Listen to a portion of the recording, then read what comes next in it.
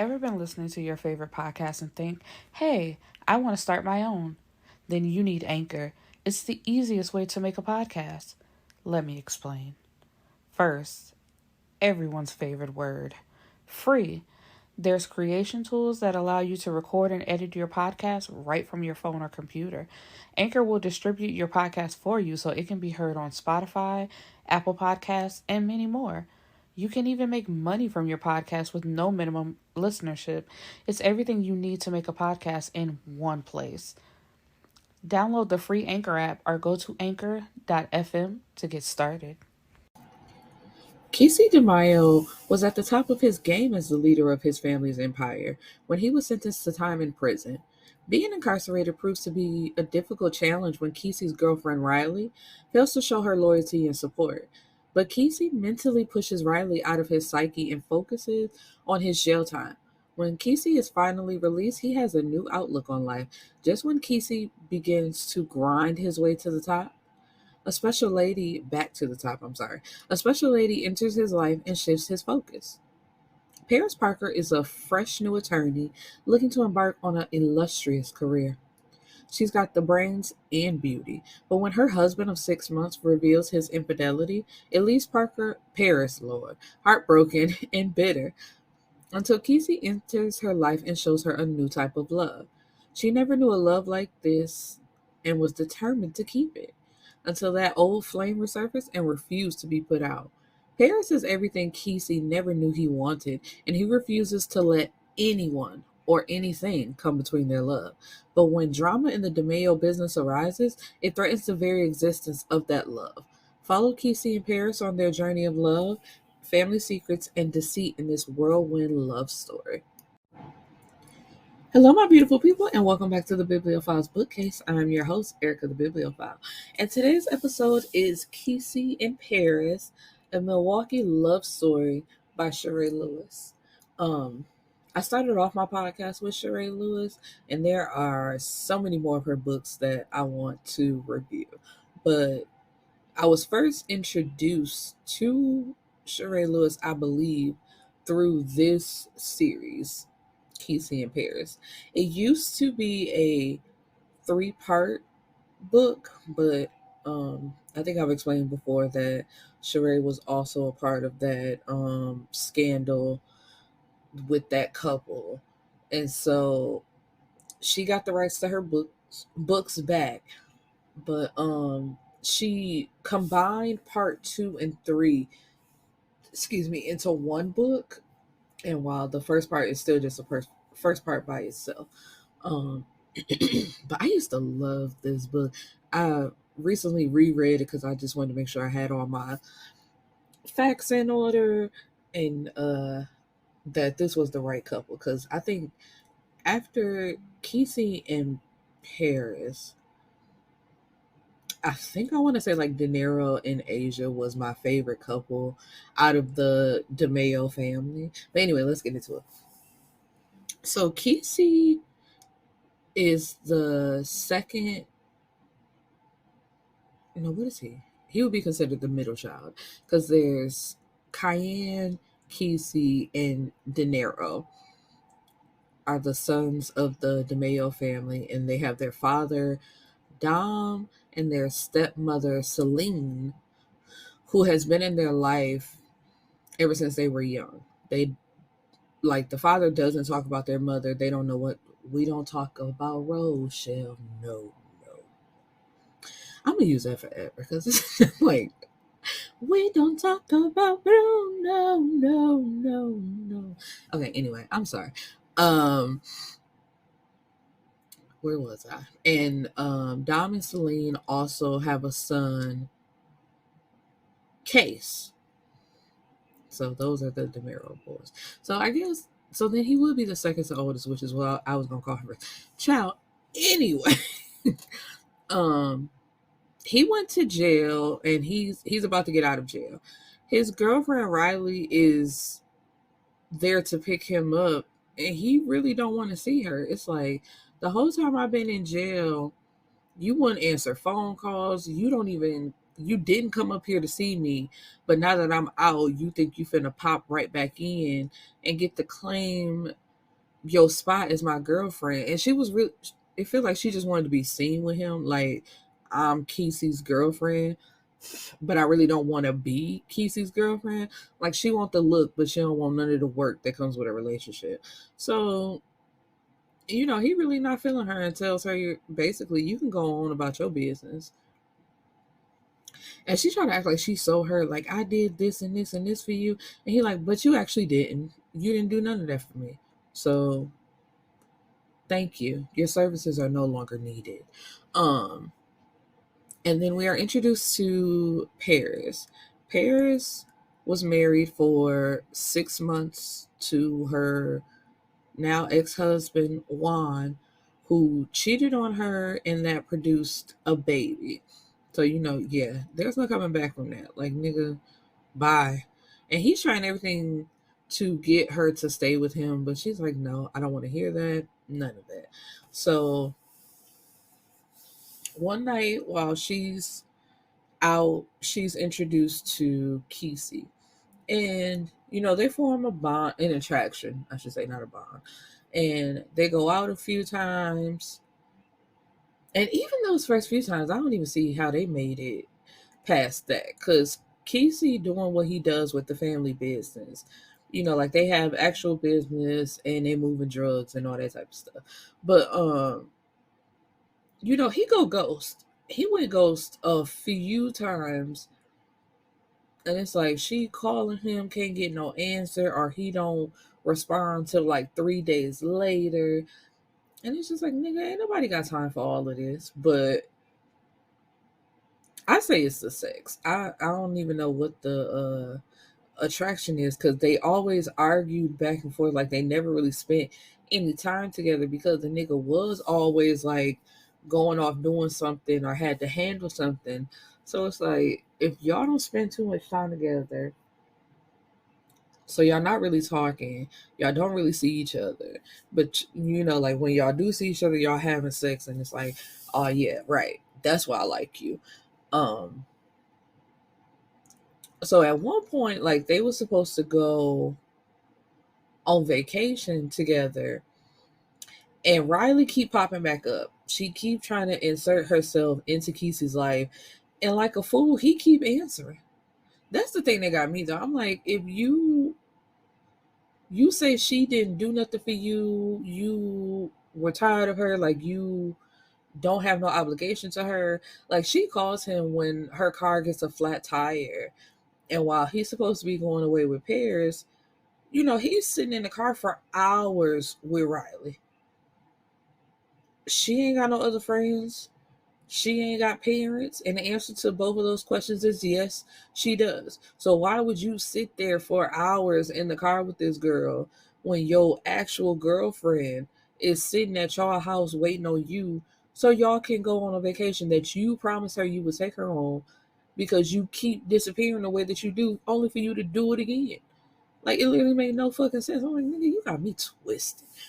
Um, and so finally, when the tow truck company comes and he try to race home thinking she just at home waiting on him, Paris pulls him on him. She turns her phone off and she meets her friend Kamara at excuse me, at a bar, and she's drinking because she's upset. And I forgot to mention, Kamara is dating Cayenne, but they start, I hate that shit. Their story is weird. Like, they don't have a book of their own. They're just like mentioned in, which I find so crazy. Like, sorry, this is a sidetrack, because Keece and Paris got a story. Big and Amy got a story. Case and his girlfriend got a story. Um, De Niro and Asia got a story. But Kamara and Cayenne don't get their own personal story. They just get mentioned in all the other stories.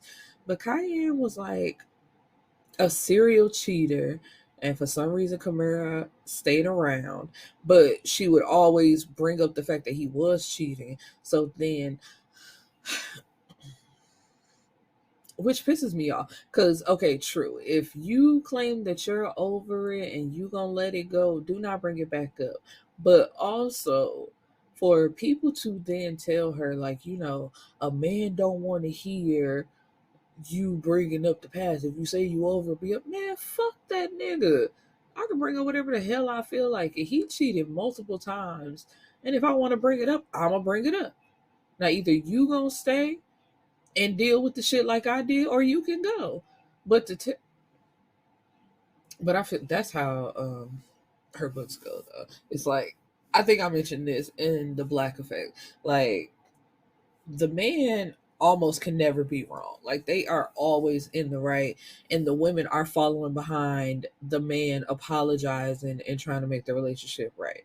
Because after she gets drunk and gets back in her car, she turns her phone back on. And he been sending her all type of text messages, the missed calls coming in.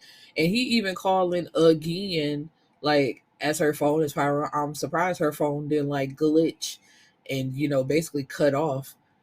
But anyway, she answers it and he is heated. Why the fuck was your phone off? Where the fuck you been at? And it's like, oh, you don't like how it feel, do you? And she's like, I've been out minding my business like you do. So what is the problem? But of course, he doing all this cussing and hollering like, man, bring your ass the fuck home. I ain't playing with you. Da da da da da da da da da. And she like, man, whatever. And she actually tells the nigga, well, I'm tied to somebody else's bed right now, so I'll talk to you later. And she hangs up on him. And he continues to call her until she makes it home. Excuse me. And when she comes in the house, he snatches her up and like pins her up against the wall and say, don't you ever fucking play with me like that. Talking about having sex with somebody else. I'll kill you and that nigga. Like, do you understand me? And she's like, man, get your fucking hands off me. He like, do you hear what the fuck I'm saying to you? Like, real upset. And she's like, yeah, now get the hell off me. So when he lets her go, he then goes upstairs like, man, you done pissed me off. It's like, who cares about pissing you off? This is about what you did to me. So how do you then get to flip the script? And she's basically feeling guilty after that. But after he smoked, he come in the room and like, man, I ain't trying to argue with you, but don't piss me off like that. It's like, how did this flip on her pissing you off and not being available when you call? But when it's the other way around, she just got to deal with it. And it's the fact that she actually does, though. But Paris has to go away for like a seminar or like a updated training, something to do with law. And so while she's away, Keece and Riley, like, they meet up, and everybody told him, like, his brothers told him, like, man, don't you do that shit. There's no reason for you to meet up with that girl. You swear, like, you ain't got to deal with her no more. So why are you meeting up with this girl? There's no reason to do that. But this nigga goes anyway. And it's like, dummy. Oh, I forgot to mention. They have another brother, Big. Like, Big is not their actual blood brother, but he was brought into the family at a early age because his mom was a drug addict, and Keece is his best friend. So Keece brought him home with him, and like, the family embraced him as their own. And when like the mom drugs, like, her drug habit got too bad, like, Dom basically like adopted him and brought him into their home, and he's been living with them ever since, and he's part of the family and all that type of stuff. But they was chilling at Big's bar. Like, Big has a bar, and it's just like, man, don't you go fucking with that girl. And what do? He go fucking with that girl. Riley invites him over, saying that she still had a few of his things, like some hats and some shit. And he called her out on it, saying, like, why didn't you throw this stuff away? But it's like, so if you feel like she could have threw the shit away, why did you go pick it up? Like, you have no. But Riley one of them girls that don't miss a good thing till it's gone. while he was in jail, she felt like she didn't have to worry about that nigga. It's whatever. Then when he came out and got back on top and she see that he that man again, she realizes how much she loves him and can't be without him. But it's like, if that was the case, why you couldn't hold your nigga down while he was in jail then? But anywho, so she asks him if he wants something to drink, and he actually sits there and drinks with her, like they talk and all that type of stuff. And he gets pissy drunk, which I still don't understand why. It's like, okay, you get pissy drunk, you leave because you got to pick up Paris in the morning from the airport, but he falls asleep in his car. Like, that's how drunk he is. He don't even feel safe to drive. He falls asleep in his car and like literally like sleeps the night, half the day away. Cause when he wakes up, he sees what time it is and he zooms to the airport thinking that, Paris is still there, pissed off at him. But Paris is actually at home chilling, waiting for this nigga to walk through the door. And he been calling her, but she refuses to answer. Cause she's like, nigga, we talked about you not being late to pick me up. You wasn't answering your phone. You have no excuse as to why you were not there to pick me up.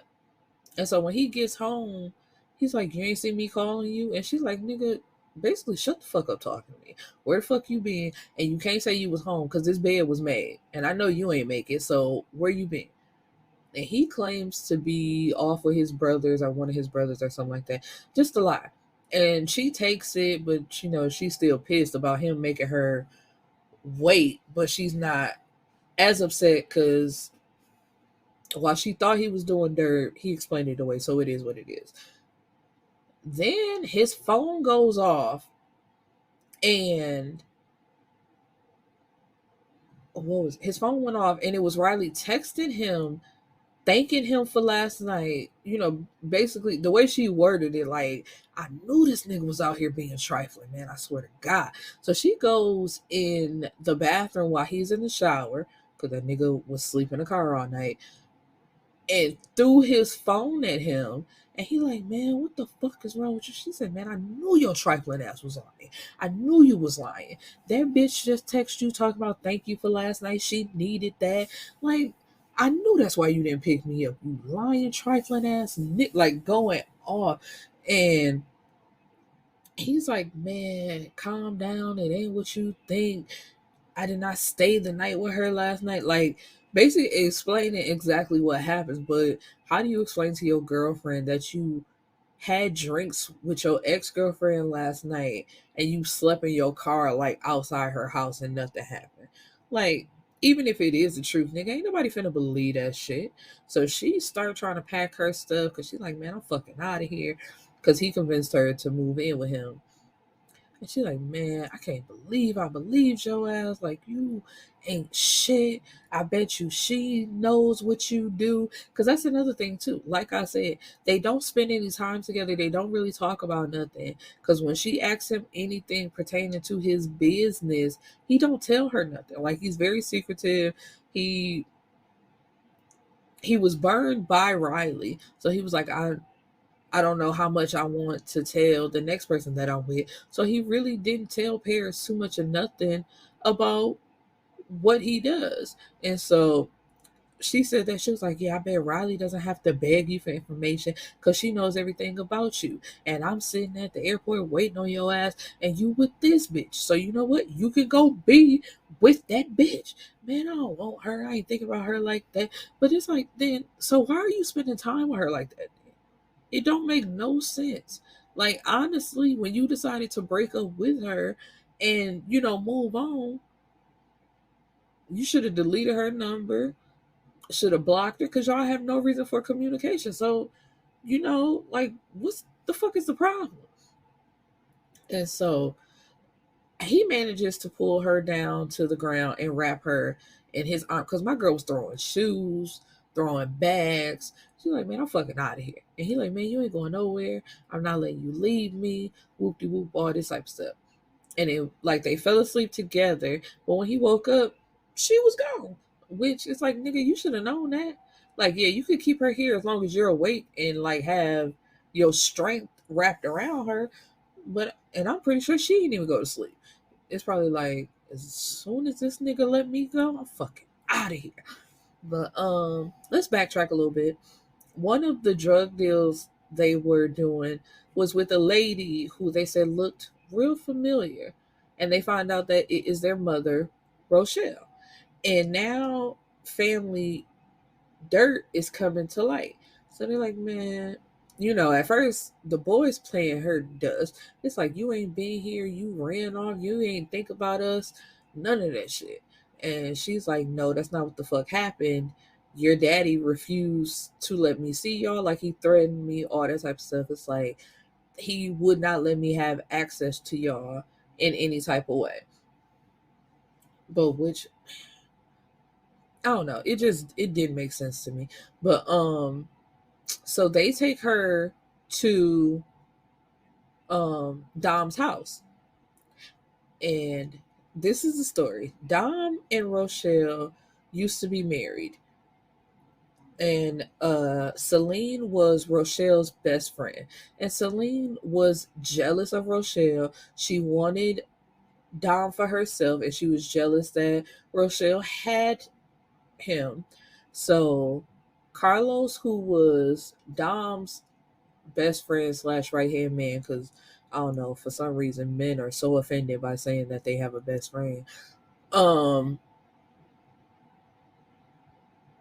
Celine tells Dom, Rochelle and Carlos are sleeping together, right?